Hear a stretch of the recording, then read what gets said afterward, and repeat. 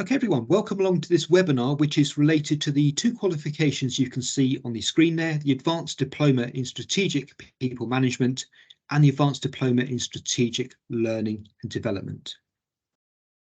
The subject of this particular webinar is what we call Unit 4, so 7CO04, Business Research in People Practice. So this is effectively the business research module. During the course of this particular webinar, we're going to do three particular things. First of all, I'm going to explore with you the broad purpose of this particular unit to think about why it's in this particular qualification, or these qualifications. I want to help you to identify what we're looking for in a strong business report. And I'll also discuss a series of top tips, some helpful advice that will help you to prepare a strong final submission. And we'll go through one or two elements of the marking criteria as we do this. So what's the purpose of this unit overall? The purpose of this unit is to help you to develop your capacity to identify a particular element of research, a particular issue to research, and then to design a research study, collect data, and demonstrate the findings of that particular inquiry. So we want you here to be able to produce an independent piece of research and to develop those research skills that you can then take off into the next stage of your HR career. So this is what we call an integrated project. So we're looking for you to demonstrate competence across all of the assessment criteria highlighted in the learner assessment briefing documentation. And this is important for a number of reasons, because it helps you to do a number of different things. As I mentioned there, we want you to first of all be able to identify a research issue of significance to people practice in organisations. We want you to be able to identify and synthesise between various different sources of previous research. So conducting a literature review, looking at academic sources, practitioner sources, etc. We want you to be able to collect and analyse data relevant to the research problem that you're investigating. And then we want you to be able to develop recommendations for change based on your research here. So this is all about developing your capacity to identify and conduct research into a specific element of people management practice. So what do we know about this particular report? In terms of producing the report, the word count is again the same as a number of other units, so you have somewhere around 4,000 words for this particular business report. This is of course subject to the normal 10% allowance, so your report could be somewhere between 3,600 and 4,400 words in total. The word count can be subdivided in different ways. This is of course because this particular unit is a very individual unit. So different projects may require slightly different elements of emphasis at different times, but what you should be aiming to do is to allocate around 1,000 words to each of the learning outcomes. So learning outcomes 1, 2, 3 and 4 should receive around about 1,000 words of effort for each of these particular elements here. And when we assess your work, this is done at the learning outcome level. So we don't look at the assessment criterion specifically, individually, we look at them at the level of the learning outcome, so how things come together as a whole, although you need to address the assessment criteria, as you go through, of course. Your final piece of work should be structured as a business report. So what we're not asking you to do in this particular unit is to answer each of the assessment criteria one at a time. We're looking for you to produce an integrative business report which has all of the normal features this type of report might have. So in other words, the title page, table of contents, the main body, etc. In the main body of your report, you will structure this in a number of different chapters. So you will have, first of all, an introduction where you set out the aims and objectives of your particular piece of research, the background to your particular research project, etc. You will then have a literature review where you set out a wide-ranging review of already published literature within your chosen field. This could be work from academic journals, it could be research reports from CIPD and other professional associations, a combination of these things. You will then also set out a series of research questions or hypotheses that you're seeking to test and investigate. The third chapter in your report will be a methodology, where you set out the research plan that you propose to follow. You will identify how you propose to collect data and analyse that data. In the fourth chapter, you'll be setting out your findings. So you'll be identifying here the data that you've uncovered, the significance of different things within that, so particular trends and patterns, etc. Discussing that and linking back to previous elements of literature and so on where necessary. And finally, you'll have a conclusion to your report, which will identify the answers to your particular research questions or hypotheses. So you will set out your recommendations from your report and your reflections as well on your particular pieces of learning from undertaking this report. So the key thing to think about here is that your business report must be structured not as 12 individual answers to the assessment criterion, but as a flowing piece of work that is structured as a business report. So from front to end, it should effectively be a small book in that sense. So what does a good report look like? Well, first of all, a strong business report will identify a very clear aim. And sometimes reports start off on the wrong foot because their aim is rather fuzzy or indistinct.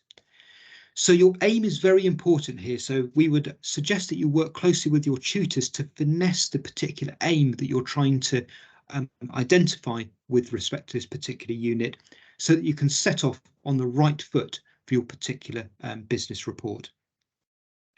Good reports will also draw from good quality academic material. So within your literature review chapter, you will not be relying solely on websites or web content. There will be a good amount of content drawn from textbooks, from academic journals, from relevant research reports from professional associations, etc. And you'll be trying to synthesize between these different pieces of work, producing that original argument within the literature review chapter. A good report will also identify very clear research methods, identifying the research method that is going to be followed, the data analysis methods that will be used, providing a justification for these. So why this particular method? Why this particular way of analysing your data? So good reports will provide a clear and compelling justification for these. Good reports will also include very clear finding sections. So they will set out the data that was collected, identify the significance of different issues within that data, highlighting broader themes or trends or patterns, etc. With the conclusion, then deriving clear final outcomes from the project, clear recommendations that flow logically from the data that has been collected, and then, of course, reflections on the success of the project as a whole. We often talk about high quality findings and data within this sort of report. And of course, it's very important that you are able to demonstrate your data collection, your data analysis skills here.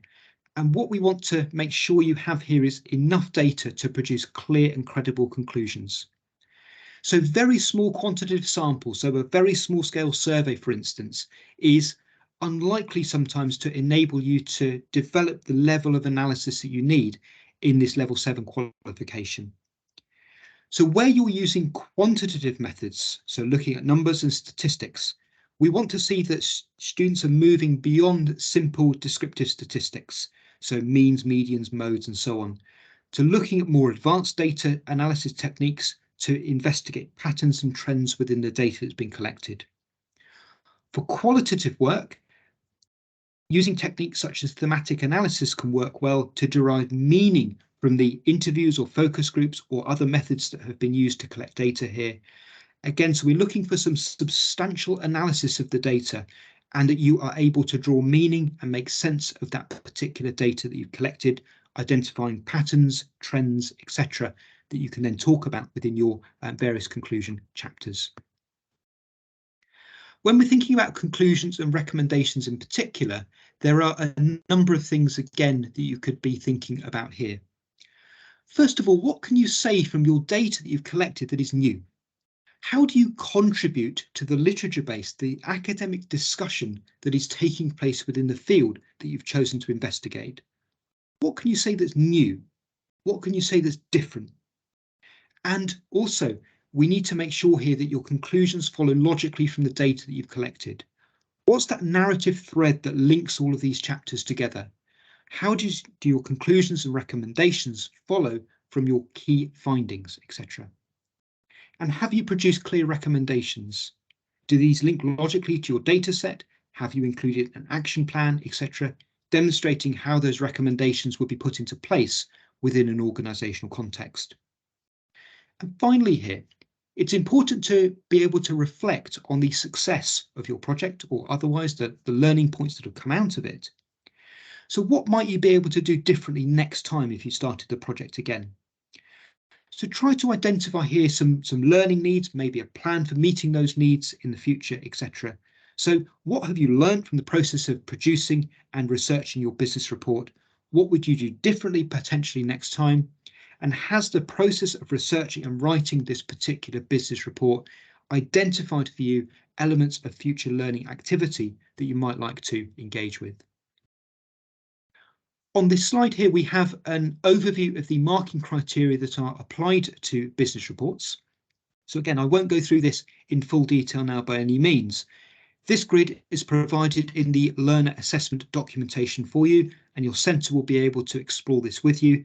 But it identifies in a narrative form how we are assessing each of the categories here and what will constitute distinction level work, merit level work, pass level work, and work where additional effort is needed to meet that passing standard.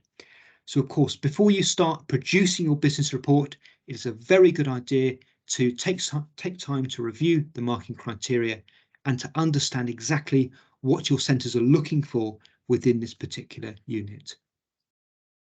Finally, some top tips. In terms of producing an excellent business report, it's very important, first of all, that you demonstrate your engagement with academic literature. So in your literature review chapter particularly, but also at other points of the report, demonstrating your knowledge of the academic conversation through referencing academic journals and textbooks and high quality publications from professional associations like the CIPD. This is of course very important.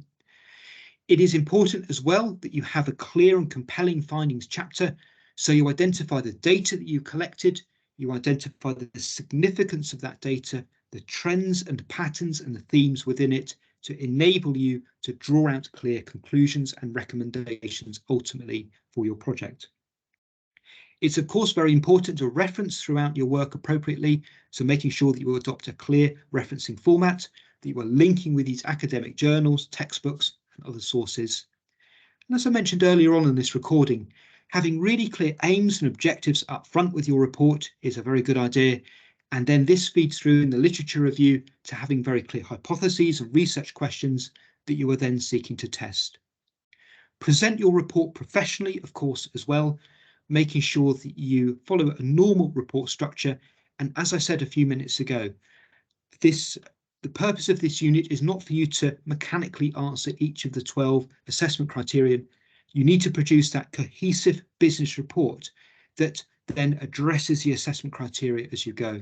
So we're looking for the final assessment here to be that business report format with those chapters, the introduction, the literature review, the methodology, the findings chapter, the conclusion chapter, and that will be the proper format for this particular assessment here. So thank you very much for listening. That brings this webinar to an end. Of course, I hope that you have found this information useful, and please refer to the learner assessment documentation, which has more information, of course, contained within it as well. Thank you for your time.